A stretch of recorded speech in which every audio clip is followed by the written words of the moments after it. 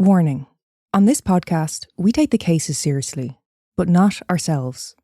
Although, we may attempt to lighten the mood at times. Our episodes contain graphic descriptions that some listeners may find disturbing. Listener discretion is advised.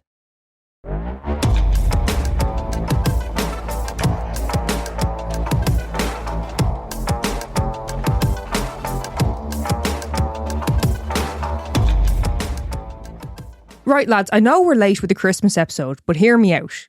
When I started researching the Charles Albright case, I didn't plan on making it a two-parter, okay?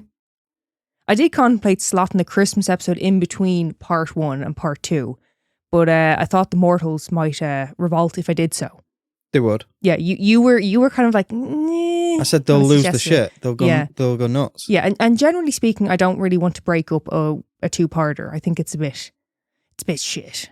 Oh, someone had to wait 2 weeks for the second part. Yeah, I know it's Christmas, and I think I could get away with it if I was ever to do it. But you know what? I frightened myself with me kindness, and I didn't want to do it to you. So basically, what I'm saying is, think of this episode as the work Christmas do. You know when they try to have a Christmas party at the end of January, and you're meant to act like you're happy about it. Yeah. You're sad. It's January. Everything's a bit bleak. My birthday's in January, thank you very much. Yeah, well, basically, that's what this episode is. Everything's a bit bleak, but, It's the loaf of bread birthday cake. Exactly. Pretend like you're happy about this. We're all gonna have fun. So with that said, happy Christmas, lads, and let's get on with the shit show.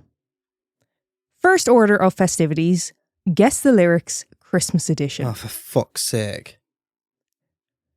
You okay? Yeah. Now, I did give you a heads up about a month ago that I was thinking of doing a Christmas edition. You did not say Christmas. I fucking did. You did not. You just said you'll do it again. Right, you ready for your first one? No. But go on. I could have been someone. Well, so could anyone. You took my dreams from me when I first found you. I kept them with me, babe. I put them with my own. Can't make it all alone. I've built my dreams around you. Fucking, I'm going to go for something weird. Justin Bieber. No. Well, who else is going to say babe in the fucking Christmas song? I think a lot of listeners are going to know this one. Right. This is one of the most popular Christmas songs. Mariah Carey? No. But that's the most important Christmas song. The most important? Yeah. You don't know? No. Fairy Tale of New York. Oh. I don't really like that one. How do you... I can't get over that. Yeah, but my favourite Christmas song, You Can't Stick. Yeah, I'm not... I don't hate it, but I wouldn't make sure it's on my playlist, you know what I mean? But it's the nostalgia of it. You think of Home Alone. It's that Alone at Christmas. Yeah. I don't mind Home Alone, but I don't think it's as amazing as everyone makes out. It's not a bad film, and I would watch it, but it's not like peak for me. Do you know what I mean? There's me getting stabbed for saying that. Ready for the next one? When we're skating in the park, if the storm cloud paints it dark, then your rosy cheeks going to light my merry way. Sounds like someone having a stroke. No idea. These are all popular Christmas songs. I promise I'm not setting you up with any of them. I've never heard anything like this. I promise you have, and I promise you like this song. Yeah, but I'm not into Christmas, so I don't really listen to Christmas songs. If you were, you would listen to this one. Okay. Mariah Carey, All I Want for Christmas. No. Okay. It's Wizard. Oh, that's my dad's favourite. And it's your second favourite, isn't it? No. I thought your one, what's her name? Is it Darlene Love? The Home Alone one? I thought that's your favourite one. Yeah. I thought Wizard was your second favourite. No. Slade? Who? Slade? No. Okay. Do you have a second favourite? Mariah Carey, All I Want for Christmas. Is it? Yeah. Oh. Okay. Why are you surprised at that? No, I thought you loved the Wizard one. No, it's my dad's favourite. No, I know that. But... Probably my third favourite. Okay. Right, okay. The music plays all night in Little Italy. The lights will be going up on old Rockefeller's tree. People window shopping on Fifth Avenue. All I Want for Christmas Is You. Mariah Carey, All I Want for Christmas. No. Oh, for fuck's sake. Oh, shit, I do know this. You do. It is, I don't know the names, but they're both from the telly. They like came together to do the Christmas song. There's the blonde one and the guy with the dark hair. Nicole Kidman and Robbie Williams. Is that what you're thinking of? No. Oh. No, it's from like the 90s, 80s and 90s. Oh, you're thinking of Rocking Around the Christmas Tree with Mel and... Yeah. Yeah, no. Oh, I've no clue then. No, that's in the UK. I'm talking about Fifth Avenue here. What? So any guesses? No. Well, any more guesses? No. All Alone... No, it's not. No, it's not. All Alone on Christmas by Darley in Love. Your favourite Christmas song. I don't know all the words. That's the second verse in it. Well, I'm shook. Yeah. I'm humbled. To be fair, I didn't think you'd get it because although, if you heard the music, the backing track, you might get it, but 100% I'd get it. You're not great with lyrics, No, yeah. My brain don't work like that. Once bitten and twice shy, I keep my distance, but you still catch my eye. That's from a Christmas song. Mm-hmm. The Darkness. It's one of my favourite Christmas songs, which, yeah, I do love The Darkness, but no. Oh, the druggie. He says something wrong in it. What? He says a derogatory term or something in the Christmas song. No, you're thinking of Fairy Tale of New York. Yeah. Yeah, they say a bad word. Yeah. Not. No. We've already done Fairy Tale of New York. No. I'll give you a hint. British. Is it one at Live Aid? No. But they are fucking I'm not, well, the original one was good. The second one was okay. The Dizzy Rascal one was good. That was the second one. The third one, just like, oh, fuck. That was rough. I have no idea. Last Christmas. Oh, okay. No, it's boring. Love it, but okay. Hate it. Fifth and final one. Okay. You ready? Poised underneath the mistletoe leaf, and you're not here. You went away upon Boxing Day. Now how the hell am I going to make it into the new year? How am I supposed to get this? It really throws you when you don't sing it. Yeah, it just sounds like you're having a stroke. It's so hard to say the words of a lyric or lyrics. It sounds like you're trying to do poetry for the first time. Spoken word. All that. Yeah. Jazz. I have no idea. You've already mentioned the group. Darkness. The Darkness. Okay. Christmas time. Okay. Absolute bop. Yeah. I kind of fed that one to you, but you got there. Yeah. It's Christmas. His voice is a bit high-pitched for me. I fucking love The Darkness. It's not really singing, it's screaming. Like, I'm a little bit snotty when it comes to Christmas songs. There's not a lot of modern ones that I like. Yeah, I'm quite kind of stuck in my ways. Yeah. The Darkness, I mean, that was like 20 years ago now, but that was an absolute fucking bop. To me, that was like the last, when I say new Christmas song that came out.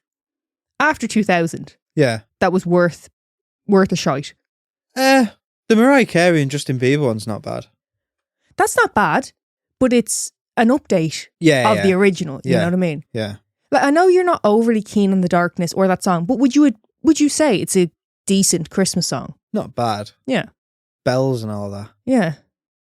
Don't let the bells end. Christmas time. Bell end. That was it. Yeah. We always used to say that at school. Bell end.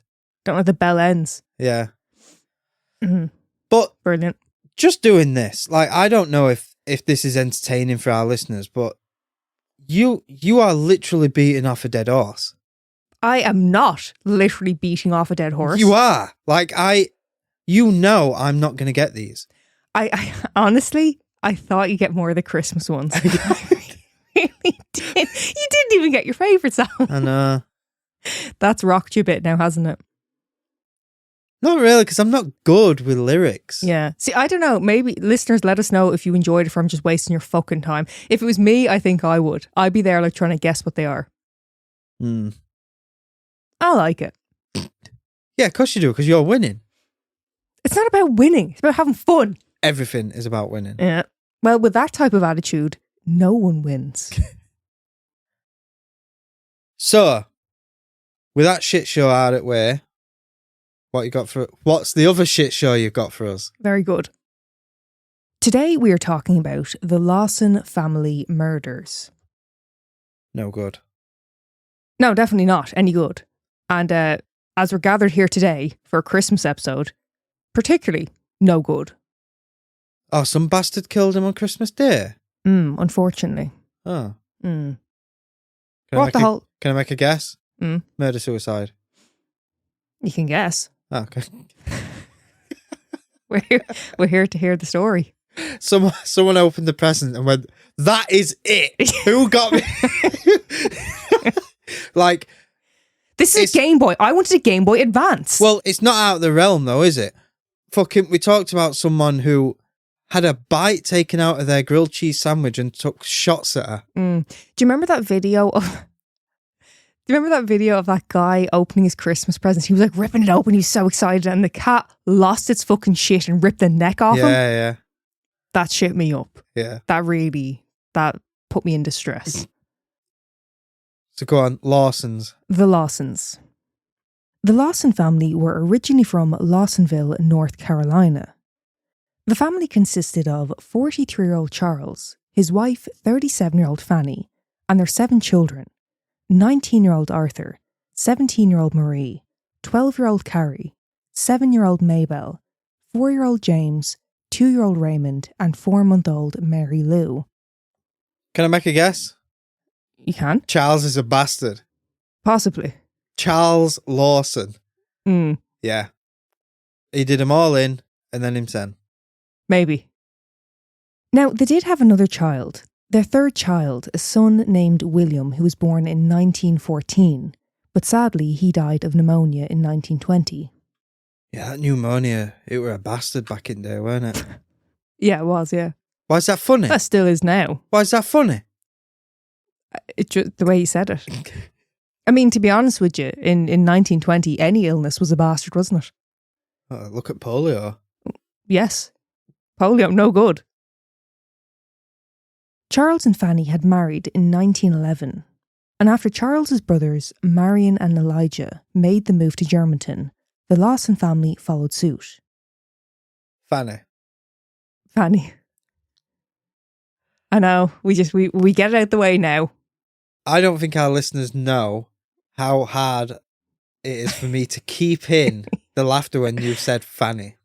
I mean, look, I'm trying to tell the case here.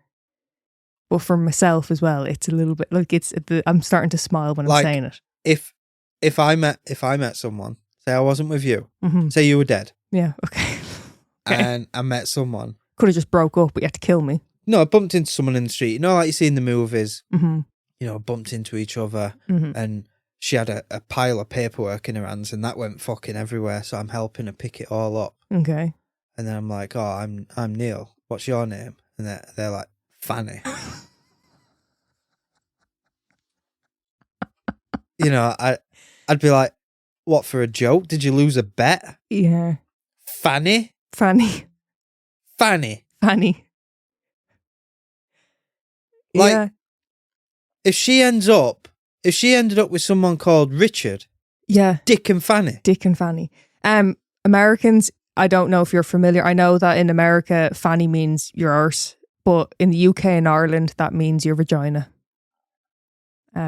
Yeah. Why do Americans ruin everything? Like what do you mean a fanny is an ass? Yeah, it's like they would say your fanny pack.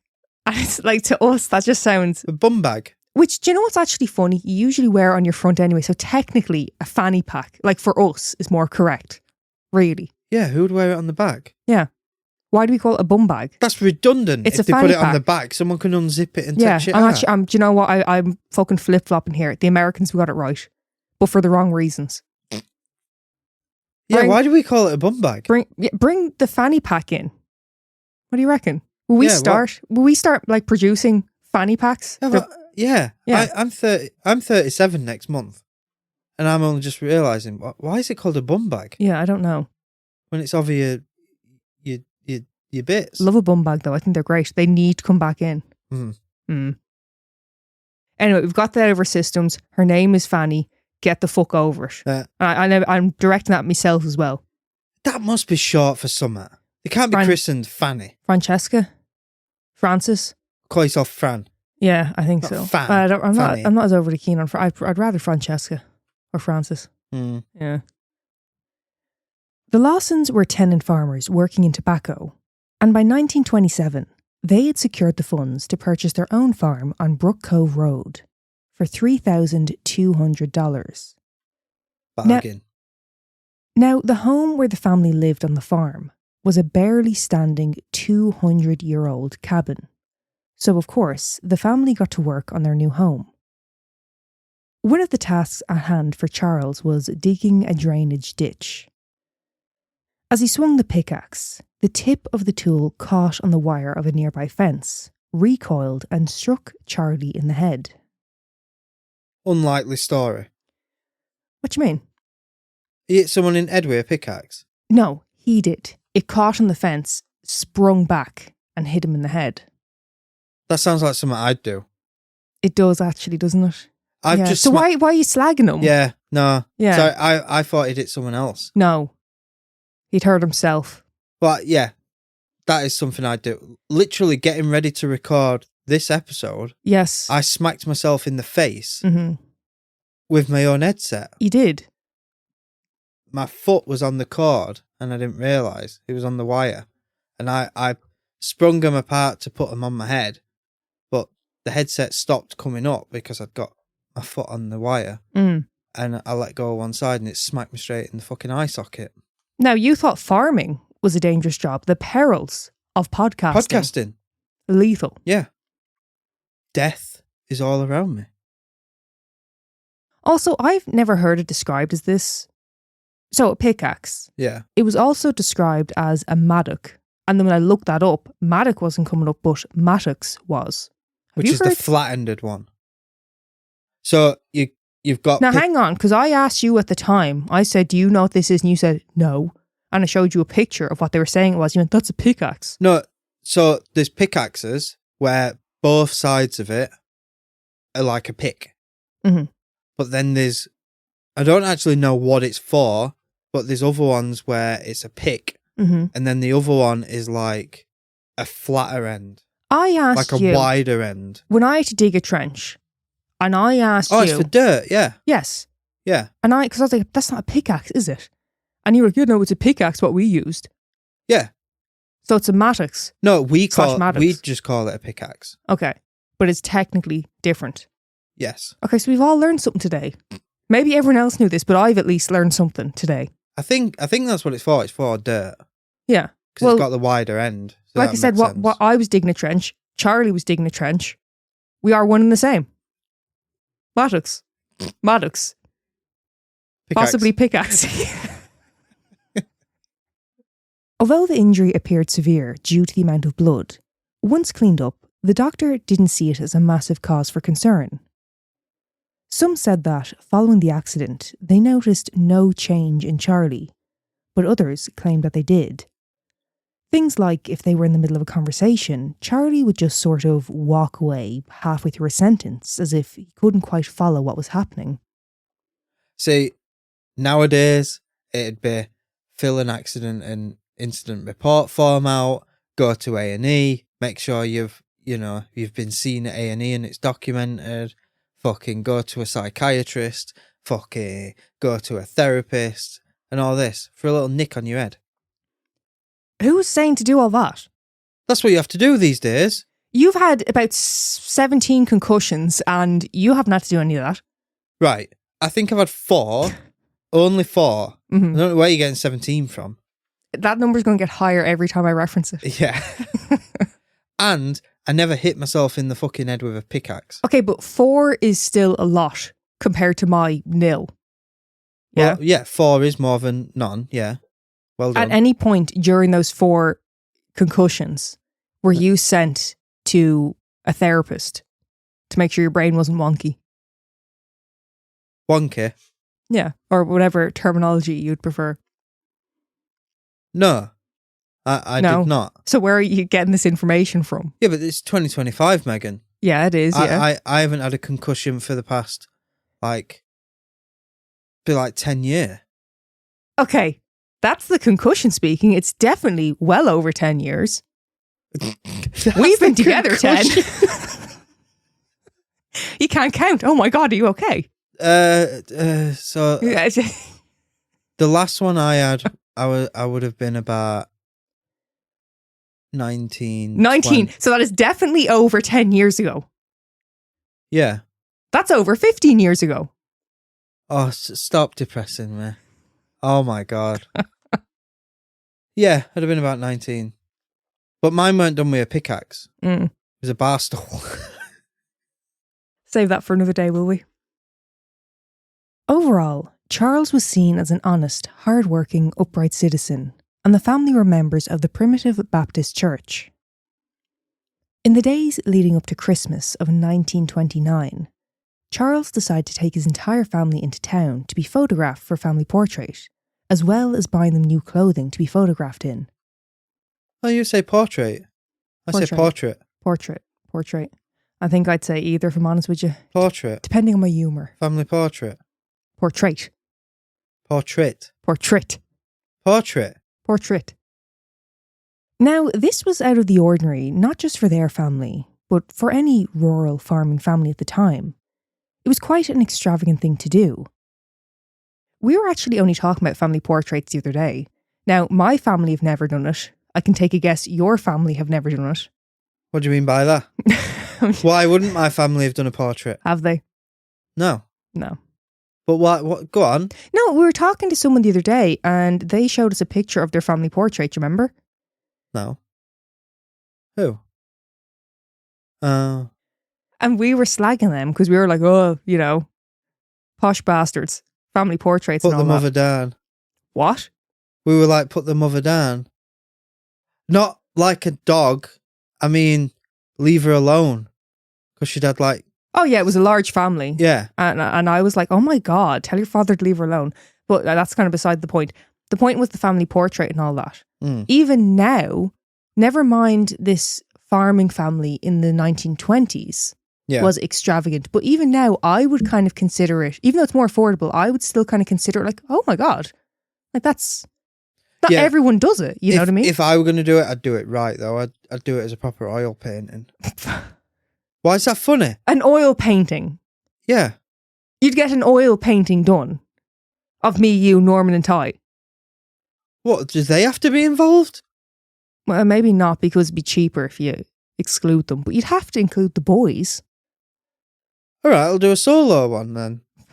It's the portrait of my son. So it's not a family portrait anymore. It's just that you think so much of yourself. Yeah. You want an oil painting. Of me, like, riding a lion or something. How quickly that changed from family portrait to I'm so great, I want a painting of myself. No. It's not about I'm so great. It's not even I'm cutting cost for Megan because she's got short arms and long pockets. I'm not paying for an oil painting of you. We're not even talking about photography anymore. You want a commissioned oil painting.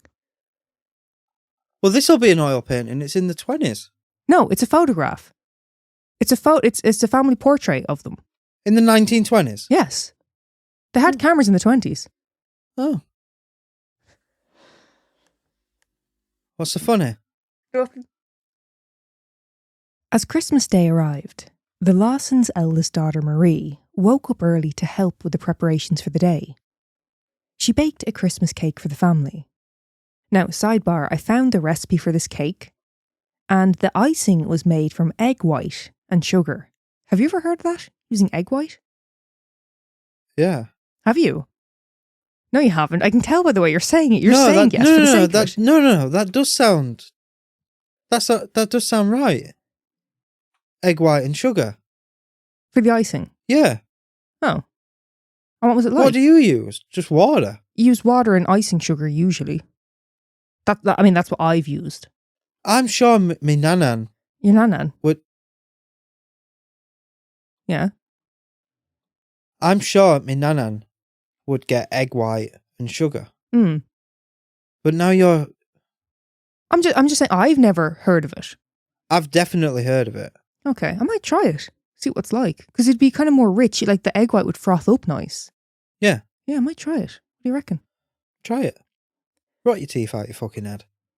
Anyway, while Marie iced the Christmas cake, her father Charlie and older brother Arthur, as well as some neighbours, were gathered outside for a target practice challenge.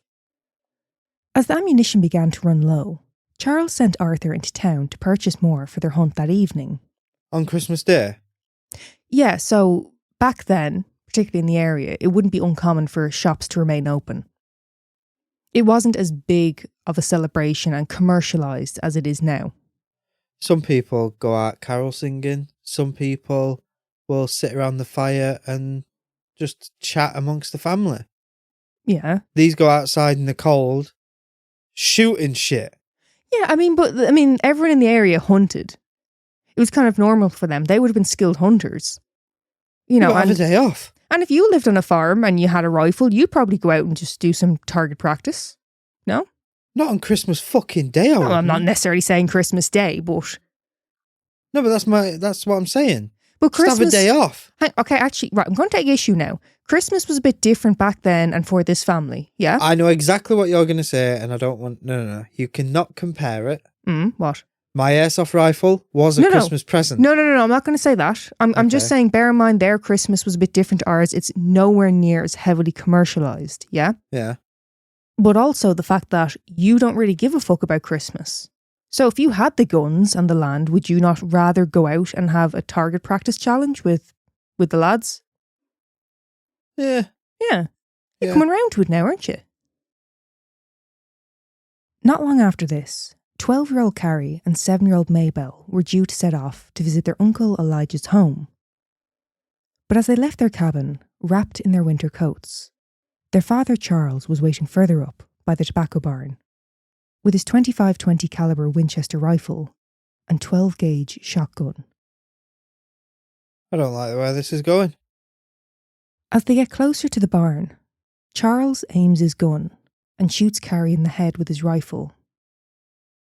Terrified of her father and what he had done, Maybelle turns to run, but Charlie grabbed his shotgun and shoots her in the back. He then struck each of the girls in the head to ensure they were dead before placing their bodies in the barn, laying rocks beneath their heads and crossing their arms. After this, Charles walks back to the home. Fanny is out on the porch, gathering wood for the stove. He raises the gun and shoots his wife in the chest. Charles then enters the home and shoots Marie, again to the chest. Hearing the gunshots and screams of their older sister, 4-year-old James and 2-year-old Raymond had run to hide. But Charles, determined to finish what he had started, searches for the 2 young boys. It's believed that Raymond had hid behind the stove, and Charles, in an attempt to get the right angle in order to shoot his son, had bent the barrel of his rifle.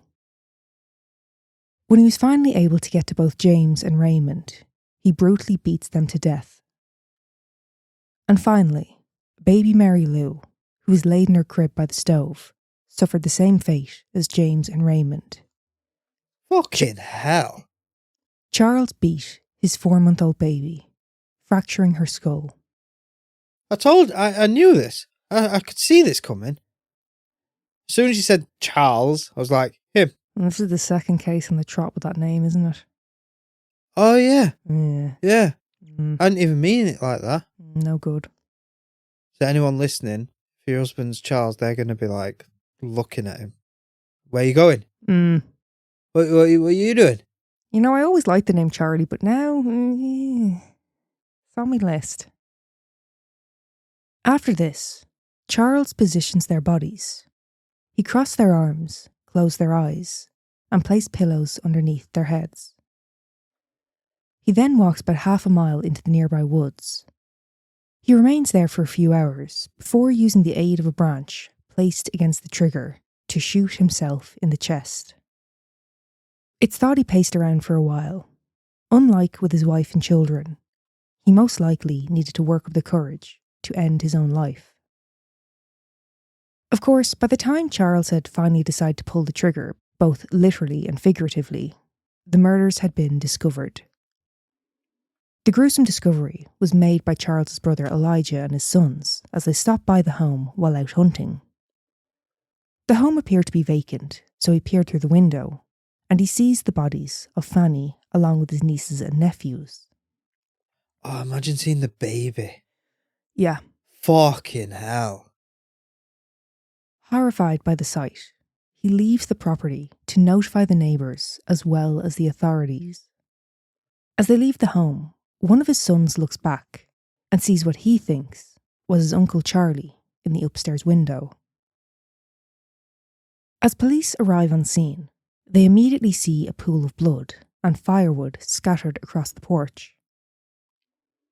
They enter the home to find the bodies of Fanny, Mary Lou, Marie, Raymond and James, found laid in the living room.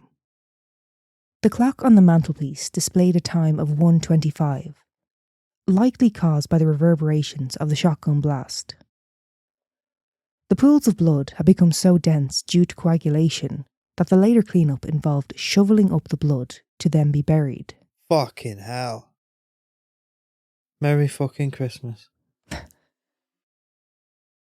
As there was no sign of Charles, Carrie or Maybelle, their first thought was that the bodies must have been placed in the attic. Once checked and confirmed that there was not any more bodies within the home, other farmers in the area arrived, armed, ready to aid in the search. And remember, they don't know exactly who they're looking for. Where is Charles, and do they have to worry about him? Or is Charles also a victim of the killer? We mentioned earlier, Charles had placed Carrie and Mabel's body in the tobacco barn, which is where they were found, about a quarter mile from the home. As time ticked on and neighbours searched the area, the sound of a gunshot pierced through the woods. It served as a signal that this horrific event had come to an end, with another devastating discovery yet to be made. With the help of his two loyal beagle dogs, Sam and Queen, Charlie's body was found. Sam and Queen didn't leave Charlie's side, and those searching were able to follow the cries of his dogs who had stayed by him. In Charlie's wallet, they found $60, which, well, yes, it was quite a large sum of money to be carrying in your back pocket, especially back then. I ain't got that in my back pocket in 2025. I fucking don't. There was also 2 handwritten notes found which had fallen from Charlie's pocket. One read, quote, "Trouble can cause," and the other, quote, "No one to blame but." But who? Well, this is it. It became apparent that Charles had clearly planned out these murders and hunted down each member of his family. But why? Why did Charlie Lawson, an honest, hard-working, upright citizen, do this? We can't say for sure, but let's talk about the theories as to why Charles did do this. Can I have a guess? Of course you can. Well, there's been no mention of another bird, so it's not the usual thing. The usual being affairs. Yeah, people usually like, Chris Watts. He got with another woman, and then it was like, right, I want out. Sorry, just on that note, you saying about the affair thing and specifically mentioning the Chris Watts thing. I understand that was the explanation given, if you can call it that. Yeah. I still feel like there's more there that he doesn't want us to know. Once he was brought in, he was quite quick to say, yeah, this is what happened and I did this and blah, blah, blah. There's fucking more to it. You did not do all of that because you're having a fling with some other one. Yeah. There's fucking more to it, and I'm fucking hoping, I'll say fuck again, I'm fucking hoping it comes out. I've always felt that way, and I've just had to get it off my chest. Haven't even covered it yet. But now you know what you're in for when we do. Well, you've said your bit. I have. Apologies. So that's my first. The first thing what popped into my head is that. Mm-hmm. But there's been no mention of another bird. So unless you're going to start telling us about another bird now, pickaxing Ed. His brain damage from that, and it's Chris Benoit it.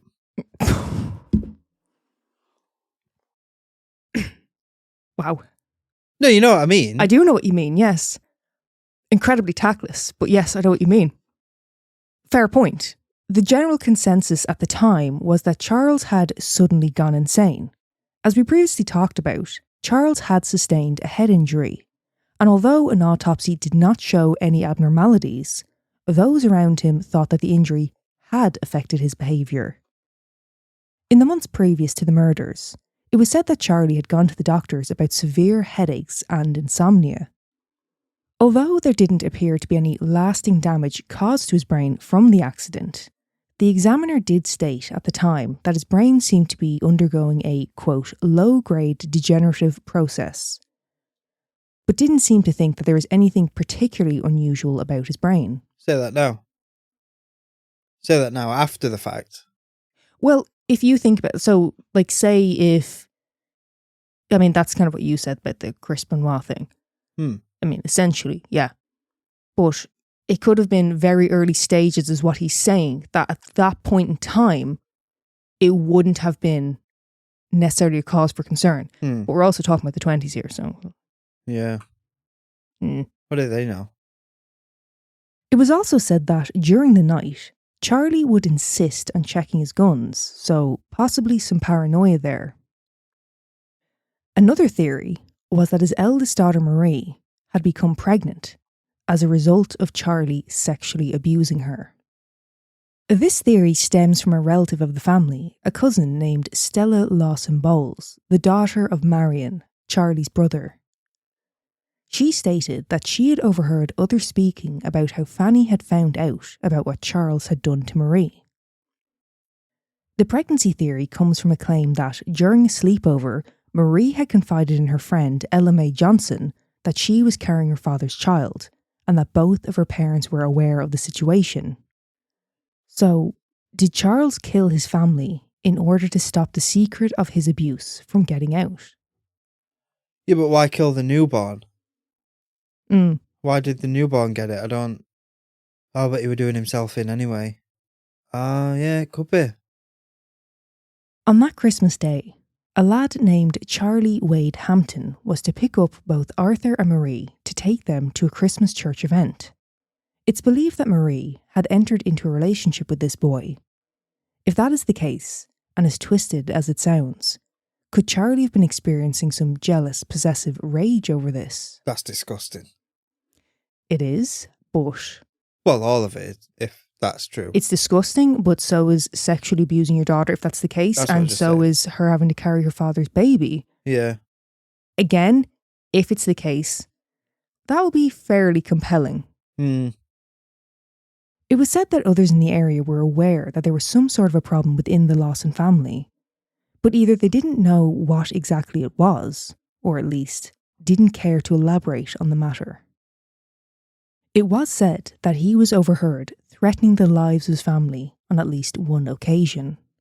Yeah, no, you can't use that. How many times have I told you I'm going to kill you? I mean, well, there's a big difference between you fucking prick, you ate the last bag of rancheros, you know, and I'm going to kill you, compared to you ever fucking do that again, yeah, and I'm going to beat the fucking head off you, blah, blah, blah, blah. No, I take your point, but you, Norman, Ty, general public who I have to pass by on a daily basis, I've said I'm going to kill you. Yeah, I think a lot of people have. Yeah, but if someone cuts me up on the road, I'm going to kill you, you bastard. Yeah. I hope you flip your car and die, you bastard. Okay, well that's a bit extreme, but okay. Yeah. No, I hate when people use that. Oh, they've heard him on other occasions saying he's going to kill them. Yeah, but... No, but it depends on the severity. Of course, we don't know. You know, this is second, third, fourth, fifth, however many hand information. But assuming it was more than just, oh, I'm going to kill you, I can't believe you didn't bring the washing in. Yeah. You know, if you ever cross me again, it really does depend. We don't know. It's like, I've even said it, you know, when I'm putting IKEA furniture together and there's a screw, that one screw what's not going in. And I'm like, I'm going to try this one more time. If it don't go in, I'm hanging myself. I've even said it about myself. Yeah. I'm not going to hang myself over IKEA furniture. No, you wouldn't do it with IKEA, no. So I hear you, and it's a fair point, but Charles was known to be quite hostile. People were aware of his behaviour. Charles had become quite a volatile person to live with, and their eldest son, Arthur, was said to have started sleeping in his clothes, ready to get up and diffuse any problems that his father may have been causing. And that brings us to our next point. Why did Charles choose to spare the life of his eldest son? Remember, he sent Arthur to run errands. Firstborn prince. Possibly. One theory is that, as Arthur was a 19-year-old lad and used to farm work, he would have been considerably strong, quite possibly stronger than Charlie, and would have been able to overpower Charles during his rampage. Arthur was no longer a boy, and Charles knew this all too well. There had previously been an altercation between Charlie and Arthur while out working on the farm. Charles became agitated to the point where he walked over to a sapling, cut a branch from it, which he intended to whip Arthur with. But Arthur at 19 told his father that he was not going to allow him to do that. As Charles went to strike him regardless, Arthur was said to have grabbed the branch and snapped it over his knee. This was surely the moment when Charles realised his son was now grown and capable of defending himself. Yeah, it's like when you say to your dad, I have my own belt now. Never said that to my father, but okay. Did Charles have an issue with the fact that Arthur was now the quote-unquote dominant male within the home, and was leaving Arthur as the sole survivor a final fuck you, sort of a this is my family, I can do what I want, and you now have to live with the fact that you weren't there to protect them? Or a completely different approach. Was it the case that Charles kept his son alive because he wanted someone to carry on the family name? Oh, yeah. Fruity loins and that. And what was Charlie's intention behind spending out on new clothing and a family portrait? Let's assume that the clothing was for them to look well in the photograph, as well as having clothes for them to be buried in. But why the portrait at all? Was it in an attempt for his family to be immortalised in some way? Did he want it to serve as a reminder of what he was planning to do to his family? The undertaker for the family's funeral said that, in his 24 years of experience, he had never before directed a funeral like that of the Lawson's family. Sheriff John Taylor cleared the way for the procession of multiple funeral cars. The pallbearers were members of the Germantown Council Junior Order United American Mechanics, which Charles was a part of. Mechanics?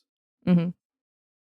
As Arthur, alongside his uncle, Charlie's brother Marion, viewed the bodies and saw baby Mary Lou laid with her mother, friends gathered round them to offer support, but the pair were inconsolable.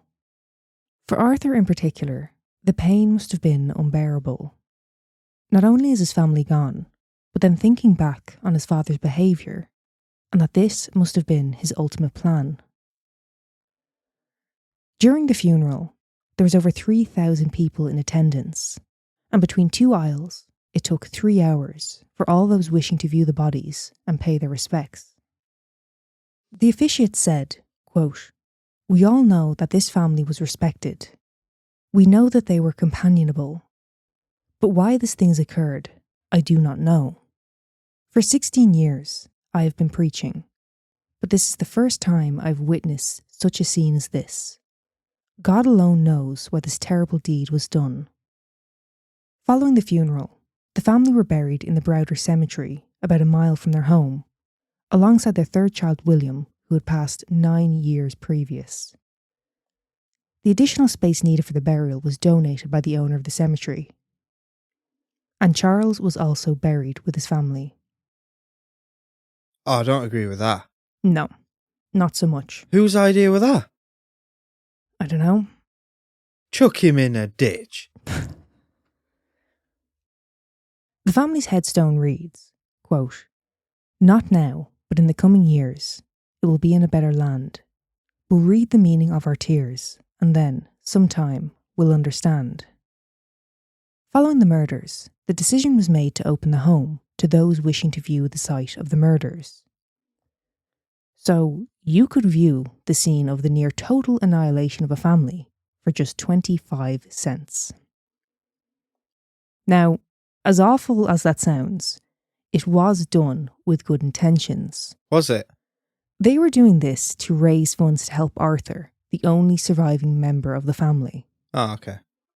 $242 was collected, but it was said, quote, "There is a mortgage of $2,600 on the farm, and the money raised from the source is to be used in paying off the mortgage."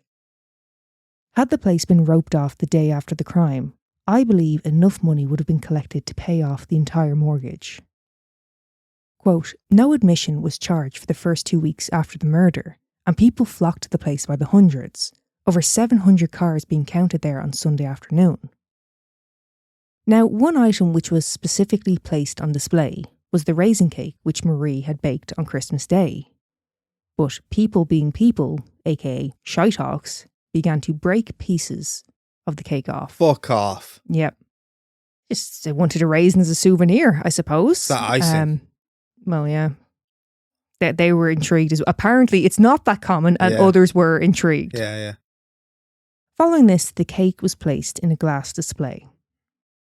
So, what happened to Arthur after all of this was said and done? Immediately after the murders, Arthur lived with his uncle, among other relatives. He did go on to marry a woman named Nina, and together they had 4 children: Nancy, Patsy, Maybelle, and James Arthur.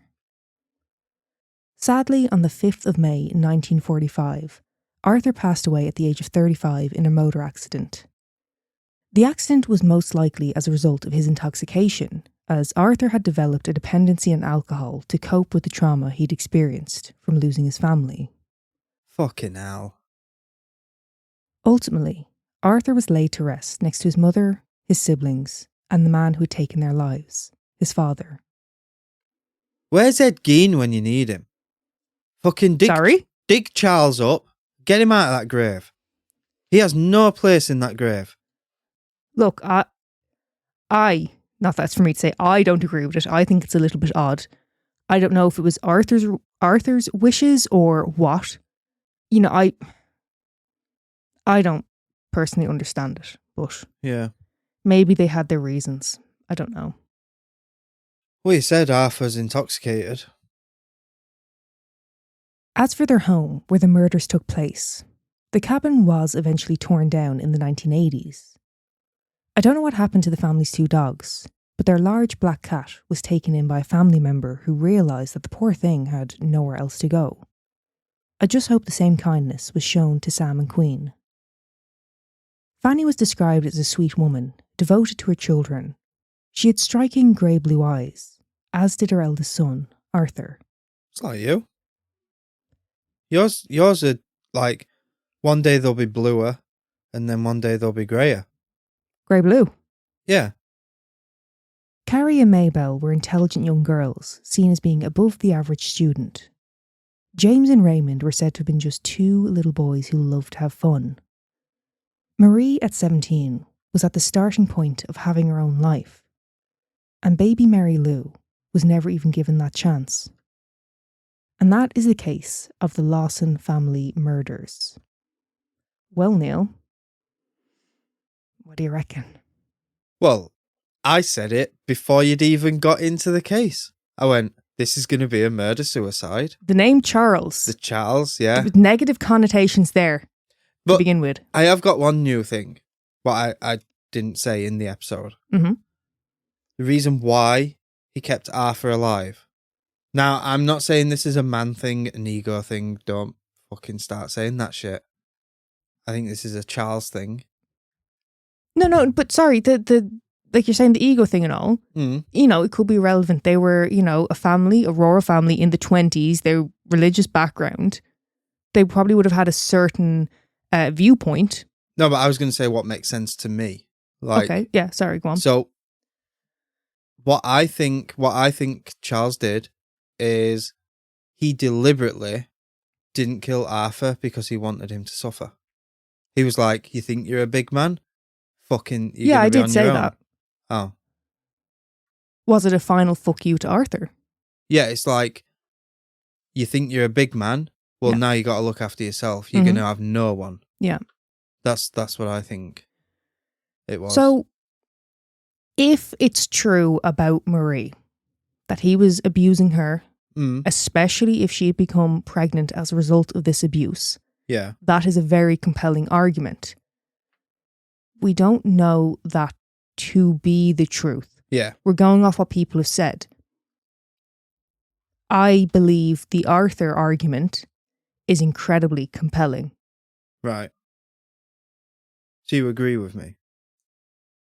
Technically, you agree with me. No, I do think, especially when you're coming from that background and you are, like I said, the dominant male in Alpha. that house. You are the father. You do as I say. We already know Charles was aggressive. He was volatile. Arthur had, he was already in that mind frame of, I'm having to step up to diffuse this shit. Yeah. You know what I mean? So not only was Arthur that person to Charles, he was also he was a 19-year-old lad, used to work on that. He was capable. He was strong. So we're talking about physically and mentally. Arthur was starting to surpass his father. Yeah. That's going to be a lot for a man like Charlie to take. And then you got to factor in, they're saying about the severe headaches and the insomnia. That's only going to exacerbate everything. Yeah. So let's take out the idea of brain trauma or whatever. Insomnia is going to fuck you up. Yeah. And then severe headaches on top of that, even if it's not the cause, it's 100% a contributing factor. Yeah,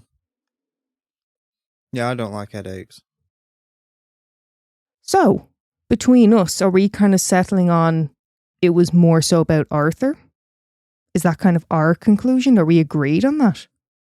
Well, no, I think it's a mixture because it doesn't make sense. Because of the Arthur thing, it doesn't make sense to kill the whole family. Of course it does. It's a fuck you. You weren't there to protect them. You think you're a fucking big man, and now look what's happened. I can still do this. Is my family. Okay. Yeah.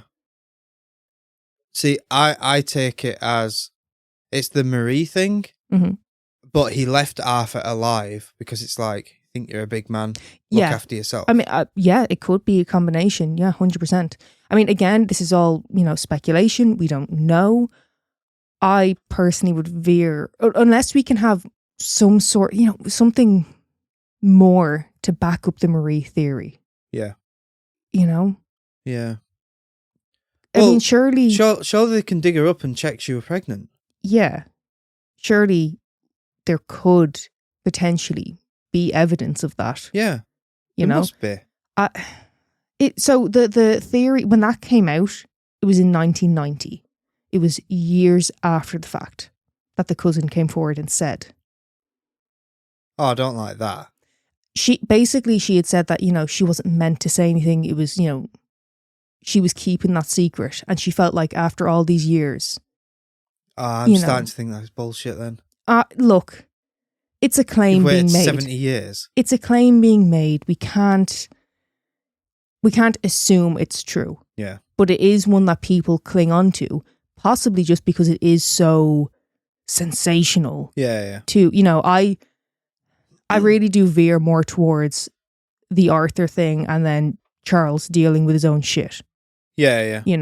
Again, like you said, kind of the combination of shit, but I think more on that side. Yeah. But there you go. That's the case of the Lawson family murders. Fucking brutal. So, oddity. Wren Day. You ever heard of it? Wren Day? The day of Wren? No. I didn't say the day of Wren. I said Wren Day. Yeah. So it's a day of celebration of Wren. What's a wren? It's a bird. Oh. Yeah. A wren. The wren.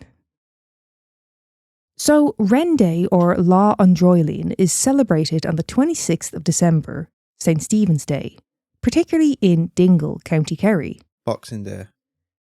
I mean, if you're in the UK, yeah. Stephen's Day doesn't make any sense. It's Boxing Day. St. Stephen is a Christian martyr. Boxing Day, you're getting rid of all boxers. That's not what Boxing Day means. But anyway, I think St. Stephen's Day, or if you're in Ireland, St. Stephen's is his day, yeah, is actually It's referred to as St. Stephen's Day in more countries than Boxing Day is. I think Boxing Day is the UK and Canada, I believe. Huh. Yeah.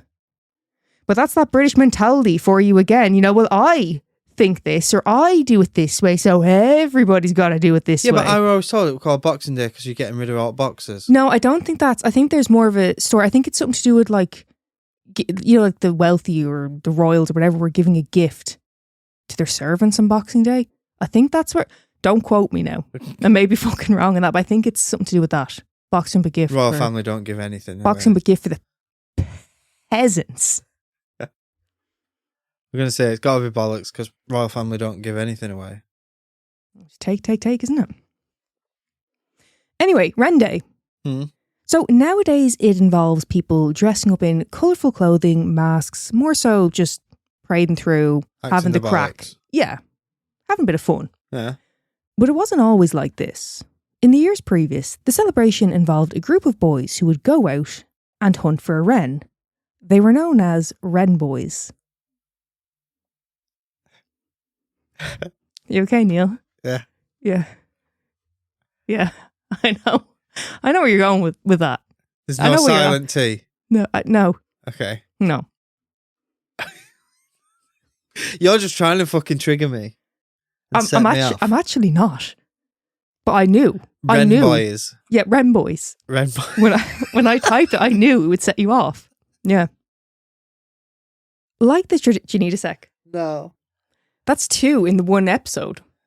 Fanny and Wren boys.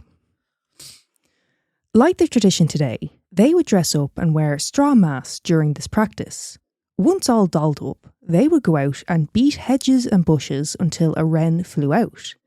Once the bird tried to flee out of the hedge, they would kill it and place it on top of a decorated stick and parade it through the town, going door to door asking for donations. I'm sorry, I'm laughing, guys. It's Neil's face as I'm reading this. You're shook. Before you comment, do you want me to read the little chant they had? No. Okay, go on. Work away. If they knocked on my door, I'd beat them with it.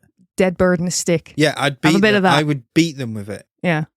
Well, they think they're like Romans with fucking eagle on stick.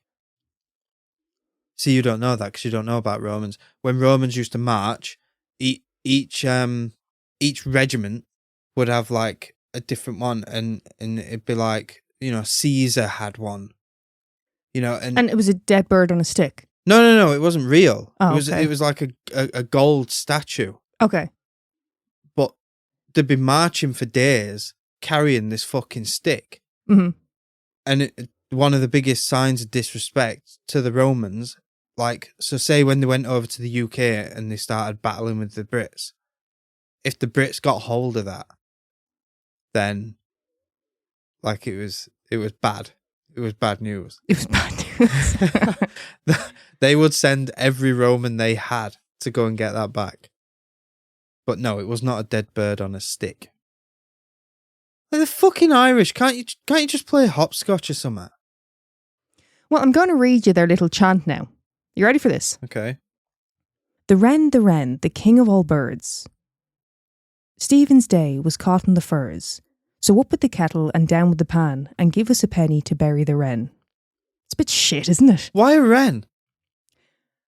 I'm going to tell you why. The reason for the brutality towards the wren is because back in day, yeah, it was a wren who alerted Vikings about an incoming attack from the Irish by beating its wings on a Viking shield.